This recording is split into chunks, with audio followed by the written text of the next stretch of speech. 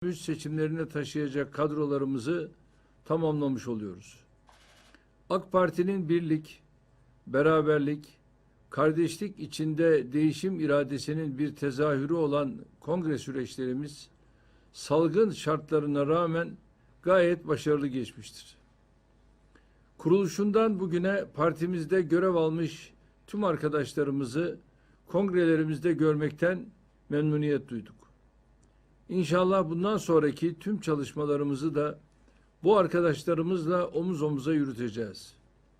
Aynı şekilde partimize yeni üye kazandırma hususunda da oldukça başarılı bir dönem geçirdik. Üye sayımızı yaklaşık 11,5 milyona çıkartarak milletimizle bütünleşme konusunda rakipsiz olduğumuzu bir kez daha gösterdik. Kadın kolları ve gençlik kollarımızda da aynı heyecana şahit olmaktan memnuniyet duyuyorum. İnşallah hep birlikte milletimizin umudu olan AK Parti'nin bu vasfını daha da güçlendireceğiz. Bugün Türkiye'de milletimizin ülke yönetimini emanet edeceği yatırım ve üretim konusunda güvendiği bir başka parti yoktur. Yeni yönetim sistemimize geçmemizle birlikte yolumuza Cumhur İttifakı ile devam ediyoruz. Milletimizin yarısından fazlasının desteğiyle yürüdüğümüz bu yolda ülkemizi tarihi bir dönüm noktasından geçirme sorumluluğuyla karşı karşıyayız. Karşımızda 40 yamalı bohça misali oluşturulan ittifak şimdiden tel tel dökülmeye başladı. Biz büyük ve güçlü Türkiye hedefimiz doğrultusunda ilkeli ve gayretli bir şekilde çalışmayı sürdürdükçe inşallah milletimizden aldığımız desteği de artıracağız. Etrafında oluşturulmaya çalışılan illüzyon, her geçen gün daha da battığı taciz, tecavüz, hırsızlık, arsızlık batağında sönüp giden CHP artık kendi derdine düşmüştür. Siyasetin cilvesi olarak elbette bu partinin gerçek yüzünü göstermek, yalanlarını ve iftiralarını ortaya dökmek için kendilerini muhatap alıp cevap vermek durumunda kalabiliyoruz. Fakat emin olunuz, Türkiye'nin geleceğinde bu zihniyeti, yapısı ve üslubuyla CHP diye bir partiye yer olmadığını da şimdiden görüyoruz. İktidar yolunu vesayette, darbede, dış destekte, hatta ülkesinin başına gelecek felaketlerde gören bir anlayış elbette çökmeye mahkumdur.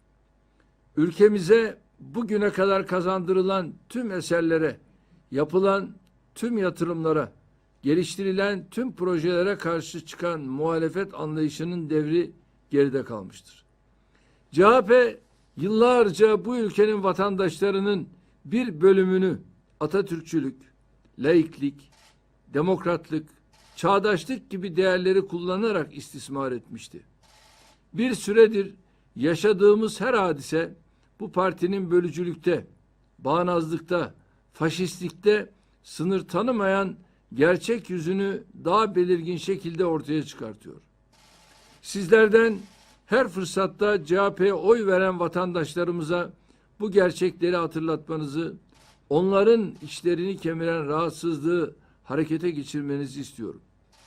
Siyaseti eser ve hizmet yarışına çevirdiğimiz ölçüde başarımızı milletimize daha iyi gösterebileceğimizi asla unutmayacağız. Değerli arkadaşlar, milletimiz siyasi tercihini belirlerken geçmişte yapılanlar kadar gelecekte kendisine umut veren kadrolara ve programlara da bakar. Bir süredir yoğun bir şekilde milletimizin beklentilerine cevap verecek, geleceğini aydınlatacak reform programlarıyla kamuoyunun huzuruna çıkıyoruz. Dikkat ederseniz iktidarda olmamıza, yani sadece elimizdeki işleri yürütsek bile söyleyecek çok sözü olan bir parti konumunda bulunmamıza rağmen reform gündemine en sıkı biz sarılıyoruz. Sessiz devrimler olarak nitelendirdiğimiz nice reformlarla ülkemizin demokratik ve ekonomik çehresini tümüyle değiştiren parti biziz. Avrupa Birliği üyelik sürecini de vesile ederek milletimizin beklentisi olan hak ve özgürlükleri genişleten nice düzenlemeyi hayata geçiren de biziz.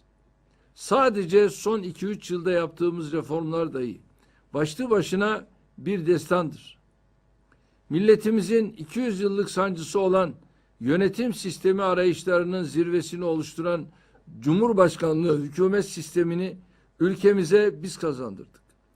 Böylece Türkiye tarihinde ilk defa milli iradenin, sivil siyasetin, demokratik mekanizmaların inisiyatifiyle köklü bir yönetim sistemi değişikliğine imza atmıştır. Bundan önceki tüm büyük değişimler, tüm anayasalar hep darbelerin veya olağanüstü yönetimlerin ürünüydü. Yargı reformu strateji belgesi, son dönemdeki en önemli hukuk reformlarının çatı düzenlemesiydi. Salı günü bu çerçevede yeni bir adım olan İnsan Hakları Eylem Planımızı kamuoyuyla paylaştık. Önümüzdeki haftada ekonomik reform paketimizi kamuoyuna açıklayacağız. Elbette son dönemin en önemli reform müjdesi yeni ve sivil anayasa hazırlama teklifimiz olmuştur. Cumhur İttifakı olarak anlayış birliği içinde attığımız yeni ve sivil anayasa hazırlama adımımız bu ülkedeki herkesi ilgilendiren bir tekliftir. Siyasi partilerden sivil toplum kuruluşlarına, meslek odalarından akademisyenlere, medyadan iş dünyasına kadar tüm kesimleri bu sürece yapıcı katkı vermeye davet ediyoruz. Yeni ve sivil anayasa hazırlığının günlük siyasetin ve kısır polemiklerin ötesinde bir anlama sahip olduğu amacıyla bu meselenin kendi mecrasında konuşulup tartışılmasını bekliyoruz. AK Parti ve Cumhur İttifakı olarak biz elbette kendi hazırlıklarımızı yapacağız. Kimseden katkı gelmese bile biz kendi hazırlığımızı milletimizin takdirine sunmakta kararlıyız.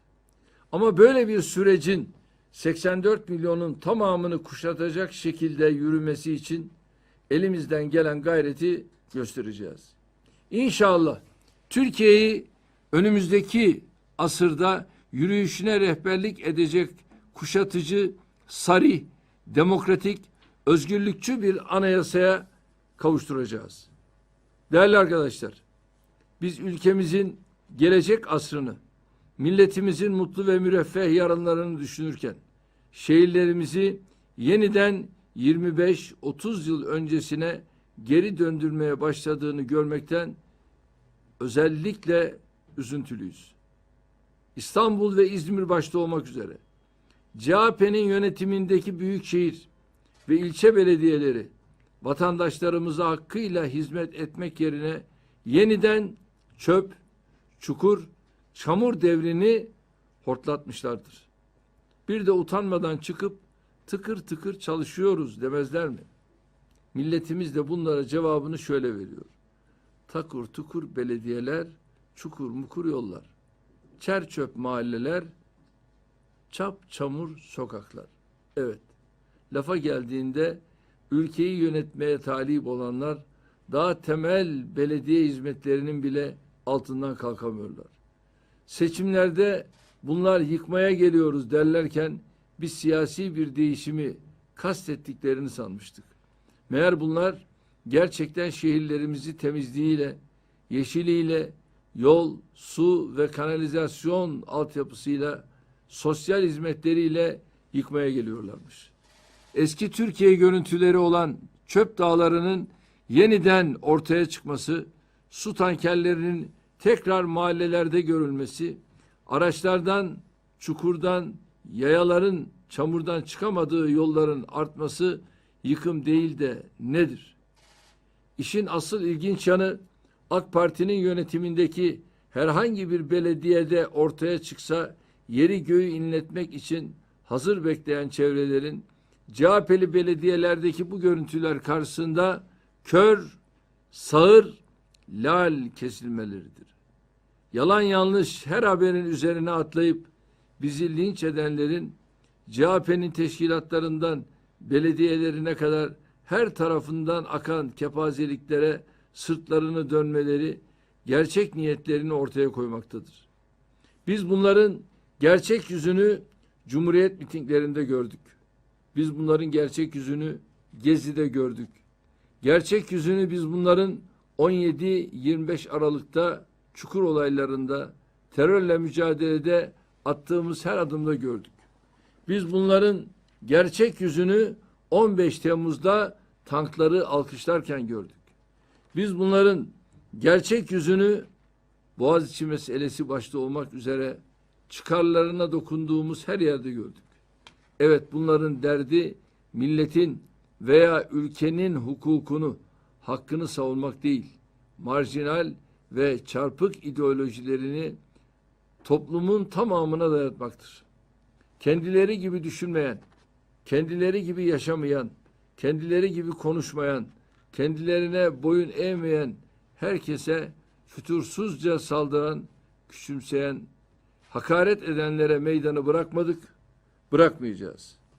Tabii bunlarla mücadele ederken ülkemizi kalkındırma, büyütme, güçlendirme kararlılığımızdan da zerre taviz vermeyeceğiz. İşte geçtiğimiz günlerde 2020 büyüme rakamımız %1,8 olarak açıklandı. Türkiye küresel sağlık krizinin yaşandığı bir yılda büyümesini sürdüren az sayıdaki ülke arasında yer aldı. Büyümenin tarımda %4,8, sosyal hizmetlerde %2,8, hizmet sektöründe %2,5, sanayide %2 gibi oranlarda seyretmesi dengeli ve güçlü bir altyapıya sahip olduğumuzu gösteriyor. Aynı şekilde Şubat ayı ihracatımız 16 milyar doları geçerken ihracatın ithalatı karşılama oranı %83'e yaklaştı. Kontrollü normalleşme adımlarımızla salgın tedbirlerinin ülkemiz ekonomik ve sosyal hayatı üzerindeki olumsuz etkilerini yavaş yavaş ortadan kaldırıyoruz. Gerçi muhalefete sorsanız battık, bittik derler ama sizlerin de gördüğü gibi Türkiye gerçekten zor şartlarda başarı hikayeleri yazmaya devam ediyor. İnşallah hep birlikte omuz omuza, kalp kalbe verip ülkemizi hedeflerine ulaştıracak, milletimizi hayallerine kavuşturacağız. Bu duygularla bir kez daha sizleri sevgiyle, saygıyla selamlıyor, çalışmalarınızda başarılar diliyorum. Kalın sağlıcakla.